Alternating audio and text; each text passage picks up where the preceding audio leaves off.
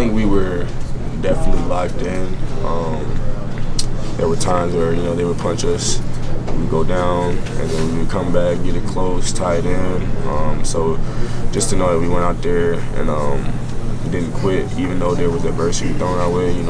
It's like I said, Purdue was a great team. So we didn't expect to go out there and just have our way with them. So the fact that, the game went the way it did all the way up until the end, I can live with it. DJ, how do you feel that you've grown as a man from the guy that left Tempe to the guy that's sitting here today? Yeah, I would just say just from a whole general standpoint, just the maturity level has gotten a lot better for me. Leaving Tempe, I would say I was a little immature. I wanted to have things my way a lot. And coming here and playing for Coach Keys in this group of guys has taught me to how to be a better leader and, like I just said, be more mature. It's tough to look back at it now, but how proud are you of what you guys have been able to accomplish as a team? I don't think it's going to really set in for me until a couple days, couple weeks maybe after the fact. But just seeing that sea of red in this big football stadium today has kind of gave me a little picture of what we did and how many people are happy about it. DJ, you mentioned that you feel like you're matured more at NC State. Was there a moment or anything in particular that stands out about how you maybe matured through this process? I would just say coming in and being one of the guys that's looked at to be a leader. At all my previous stops, I was just kind of somebody on the roster, at least coming in, and kind of had to work for everything. But the difference coming to NC State, Keith was looking at me to be that guy, and that's something I never really had before. So, taking that responsibility and not, getting too big-headed or whatever the case may be, I think was the biggest jump for me.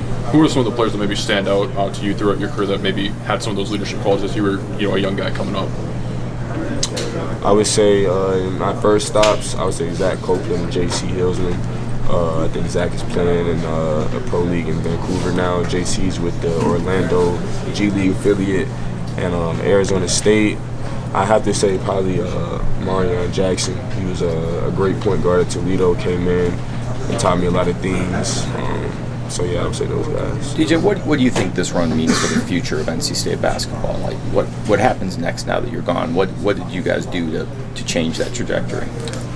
Yeah, I think we kind of set a standard. I think we set expectations for the teams to follow us to get back here. This is the second year in a row now. We made the March Madness tournament. So hopefully, their first year going back after a while, they only got to the first round. This year we made it to the Final Four. So hopefully next year we go win the whole thing. In a moment at the end of the game, now ask your teammates. I think usually teams hold their heads down after a tough loss. Everybody had their heads up. Is it symbolic of the type of team that this is?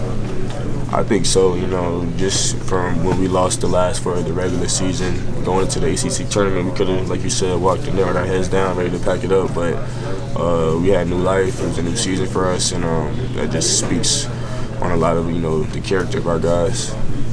Thanks, DJ. Thank you, guys. Just the biggest thing you're feeling right now? Is it more appreciation for the run, disappointment? How do you sort of balance all that right now? A lot of emotions going on right now. Obviously, I wish we would have won it. But just to know, we got this close, it definitely hurts. Especially when, there was multiple chances in the game where we pulled it in close, could have gone on a run and just couldn't quite get over the hump. So it definitely hurts. When you saw Mike